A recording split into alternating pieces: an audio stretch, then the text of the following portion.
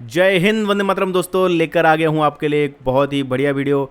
और ये वीडियो पूरा ज़रूर देखिएगा अगर आप वाकई में जानना चाहते हैं कि मुहर्रम जो मनाया जाता है वो क्यों मनाया जाता है और उसके पीछे की सच्चाई क्या है।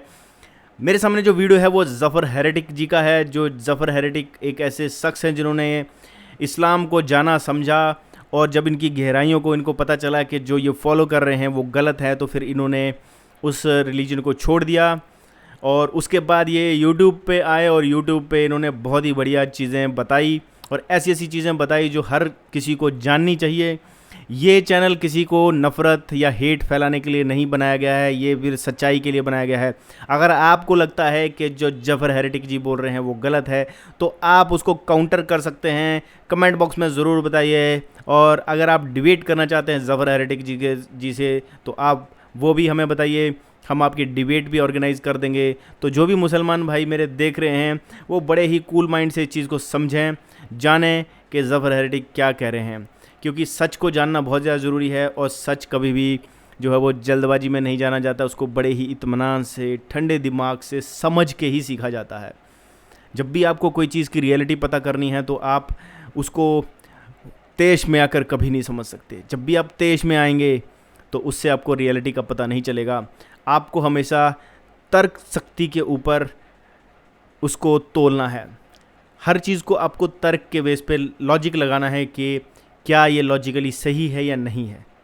तो ठंडे दिमाग से समझिए। मुझे पता है जब भी आप पहली बार अगर देखेंगे तो आपको ये चीज़ समझ में नहीं आएगी, तो इसके लिए टाइम चाहिए होता है, क्योंकि हमारा माइंड ऐसा है। मान लो 20 साल से आप एक चीज़ को सच मान के चले हो और फिर आपको एक टाइम आता है, एकदम से जब मोड़ आएगा तो आप एकदम से उसको हजम नहीं कर पाओगे, आप डाइजेस्ट नहीं कर पाओगे उस सच को। इसीलिए ये मेरा भी मानना है कि एकदम से सारी चीज़ें नहीं होंगी, धीरे धीरे धीरे धीरे करके समझना पड़ेगा। तो सच्चाई की इस जंग में आप मेरा साथ दीजिए। जो लोग देख रहे हैं चैनल को सब्सक्राइब ज़रूर कीजिए, बेल आइकन को ज़रूर दबाइए, और वीडियो को बिना किसी डिले के स्टार्ट करते हैं।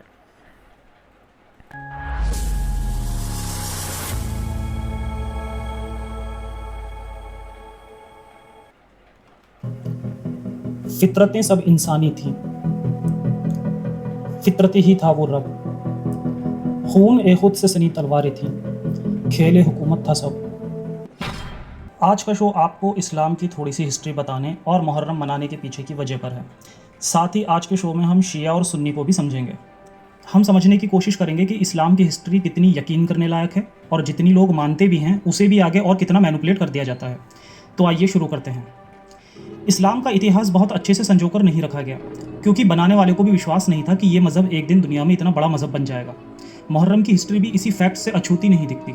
मुहर्रम के बारे में नॉन मुस्लिम लोगों और ज़्यादातर पीसफुल मॉडर्न मुस्लिम लोगों को भी इतना ही पता होता है कि एक बहुत ही बेकार यजीद नाम का राजा था, जिसने इमाम हुसैन, जो कि रसूल के नवासे थे और बहुत मजलूम थे, उनको और उनके बच्चों को बड़ी बेरहमी से कत्ल कर दिया था।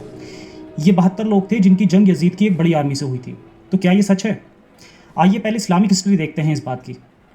कहा जाता है कि ये जंग 680 में हुई थी, 10 अक्टूबर 680, मतलब रसूल अल्लाह के मरने के कोई 50 साल बाद। अब सबसे पहले इस्लामिक हिस्ट्री जो लिखी गई थी वो सबसे पहले इब्ने इसहाक ने लिखी थी, जो कि माना जाता है कि 796 से 815 के बीच लिखी गई, मतलब रसूल के मरने के कोई 180 साल के बाद। अब यहाँ देखने वाली बात यह है कि सबसे पहले जो हिस्ट्री लिखी गई थी वो इस जंग की कोई 135 साल बाद लिखी गई, लेकिन फिर भी इसमें आपको करबला की जंग से रिलेटेड कुछ नहीं मिलेगा। लेकिन रसूल अल्लाह के वक्त की बातें उसमें मिल जाती हैं, मतलब इस जंग से बहुत पहले की बातों का जिक्र तो यहाँ मिलता है। लेकिन रसूल के मरने के 50 साल के बाद इतनी बड़ी बात हुई कि रसूल के फैमिली मेम्बर्स को किसी ने इतनी बेरहमी से कत्ल किया, लेकिन तारीखदान उसे भूल गए। अब खैर ये तो भूल गए इतनी बड़ी बात, लेकिन इनके बाद एक और तारीखदान आते हैं, तबारी, जो कि पैदा ही हुए थे 839 में, मतलब कि इस जंग के 160 साल बाद। फिर ये जनाब करबला की जंग मेंशन करते हैं, जंग होने के कोई 200 साल के बाद। अब यहाँ इनकी हिस्ट्री पर यह सवालिया निशान लग जाता है कि जो बात उस जंग के 135 साल बाद वाला राइटर नहीं लिख पाया था, वो 200 साल बाद कैसे लिख दिया गया। खैर इसका जवाब यह है कि इस स्कॉलर से कुछ टाइम पहले एक और तारीखदान हुआ था, इब्ने मुखलिक, और उसने बहुत शॉर्ट में इसका डिस्क्रिप्शन दिया था। लेकिन स्कॉलर्स की आदत होती है बातों को बड़ा चढ़ाकर बताना, तो उसी शॉर्ट डिस्क्रिप्शन से इस स्कॉलर ने इस बात को बहुत बड़ा चढ़ाकर और बहुत डिटेल में लिख दिया। आज के वक्त में भी यही होता है कि स्कॉलर्स अपनी मनगढ़ंत कहानियां बनाते हैं और लोगों को ज़्यादा से ज़्यादा उसमें इन्वॉल्व करते हैं।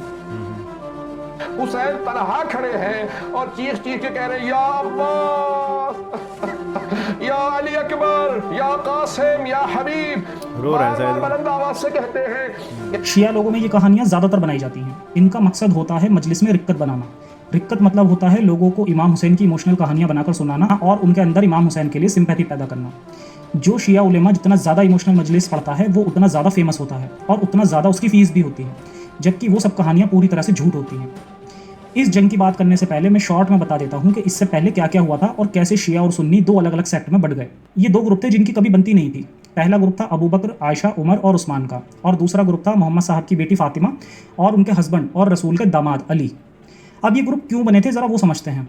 रसूल को जब बहुत लोगों ने रसूल मान लिया और इन्होंने वहाँ की आवाम पर राज करना शुरू किया तो ये सारे लोग प्लानिंग करने लगे कि रसूल के मरने के बाद नेक्स्ट खलीफा कौन बनेगा। इंसानी फितरत होती है कि जिसके पास एक बार हुकूमत आ जाए वो अपने आप को खुदा समझने लगता है, और हुकूमत का खेल ही खूनी होता है। हुकूमत का नशा इंसान को अपनों का भी कत्ल करवा देता है। ये एक इंसान को इंसान से शैतान बना देती है और फिर वो हुकूमत के लालच में इंसानियत को बहुत पीछे छोड़ देता है। तो एक तरफ थी आयशा जो मोहम्मद की फेवरेट चाइल्ड ब्राइड थी, जिन्हें मोहम्मद ने 6 साल की उम्र में अपनी वाइफ बनाया था, जबकि खुद 50 साल के थे। इसके ऊपर मैं अलग से डेडिकेटेड वीडियो बनाऊंगा कभी।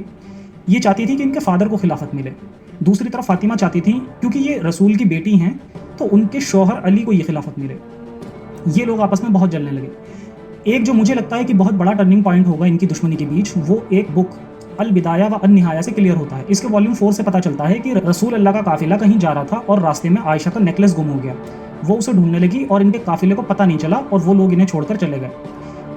फिर जब एक यंग आदमी आयशा को लेकर मोहम्मद साहब के पास छोड़ गया तो वहाँ लोग तरह तरह की बातें करने लगे और आयशा के करैक्टर पर सवाल करने लगे।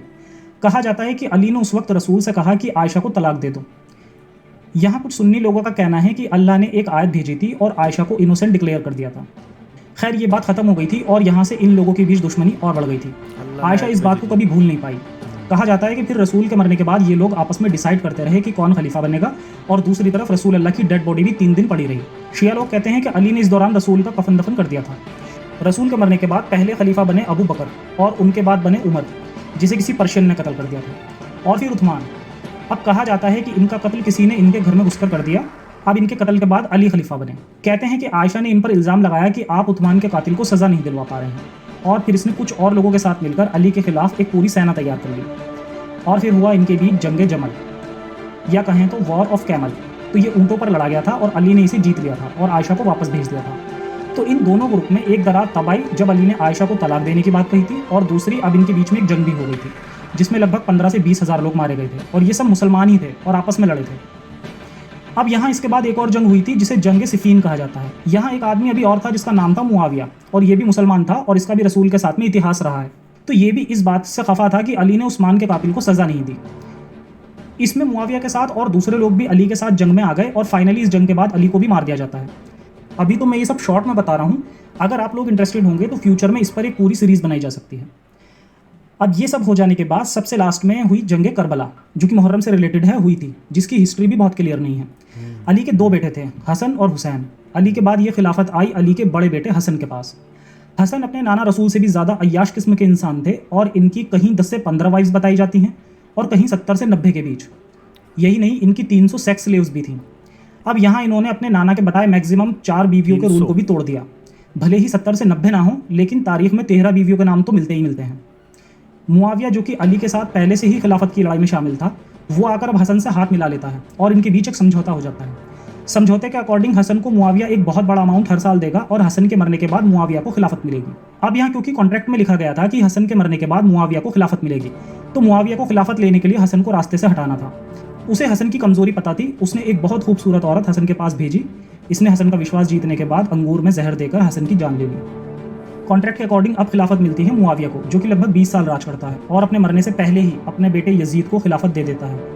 अब यहाँ कुछ कूफे के जो लोग थे जो यजीद को पसंद नहीं करते थे, उन्होंने एक लेटर भेजा हुसैन को, मतलब उनके छोटे बेटे को, और उनसे कहा कि अगर तुम यजीद से जंग करो तो हम तुम्हारा साथ देंगे।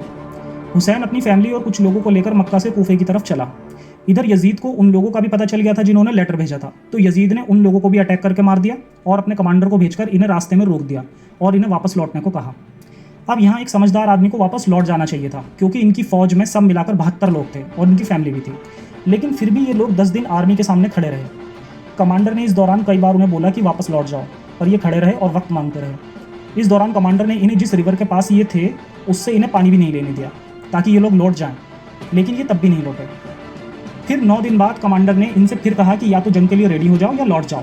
तब ये हुसैन कहते हैं कि मुझे 1 दिन और दो। फिर इन्होंने अपने लोगों से कहा कि कल मैं इन पर अटैक करूँगा, अगर किसी को जाना है तो जा सकता है।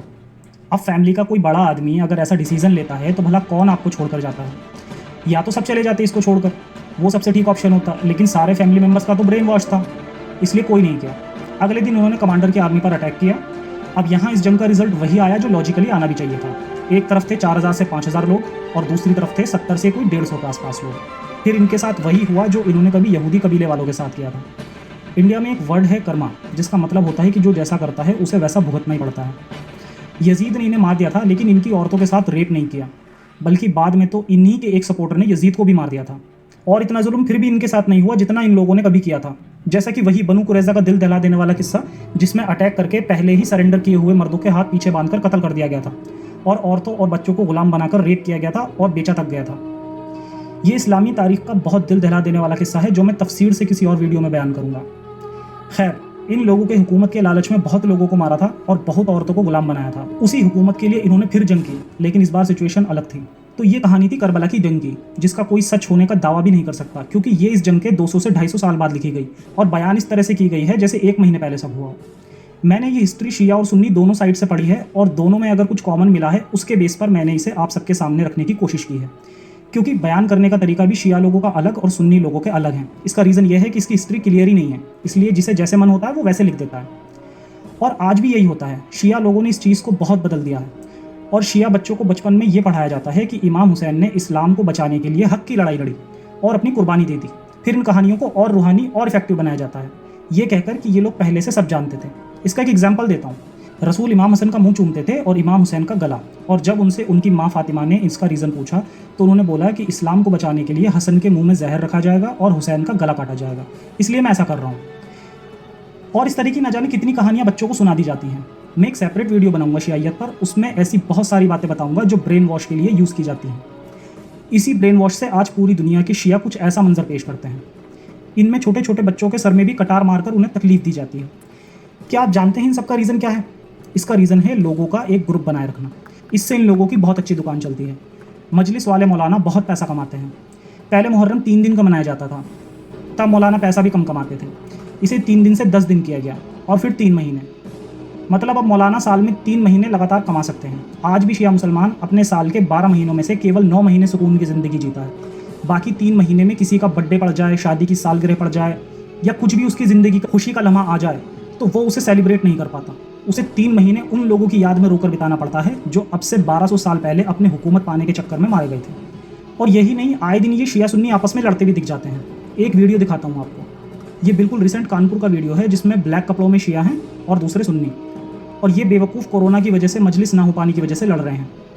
यही चीज़ देख के तकलीफ होती है कि आज का इंसान मज़हबों के चक्कर में कितना फंस चुका है कि उसे इंसानियत नहीं दिखाई दे रही। जब आपकी आंखों पर अकीदत की पट्टी बन जाती है तो आपको कुछ नज़र नहीं आता।